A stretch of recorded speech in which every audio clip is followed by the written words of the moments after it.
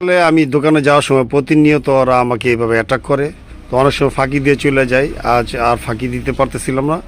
আজ আমাকে ভালো করে ধরছে দুজনে। ওকে কিছু কিনা খাওয়াইতে হইব।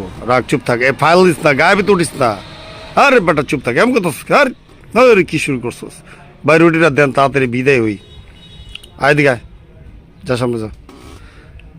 চুপ, একদম চুপ। এলো খা, এলো রুটি তুই একটা না। হয়তো ভয়ই কাছে আসে না, দিব কি?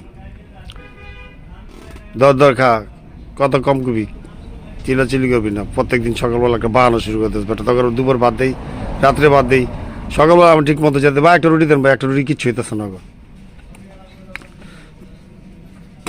এলো খা, এলো খা। ওই বাচ্চাটা একটু দিয়ে আসি দূরে, হয়তো কাছে আসে না। ওই যে আবার ভয়ে চলে যায়, খাইব কি হয়? অরলে আছি বিপদে, না খেলে তো বড় হইব না, আরেক সমস্যা। এলো খা, খাই আমার স্যার, আমার আর ইয়া করিস না। এলো ক্লিয়ার, ঠিক আছে, ওকে। যাই, এবার শান্ত থাক, আমি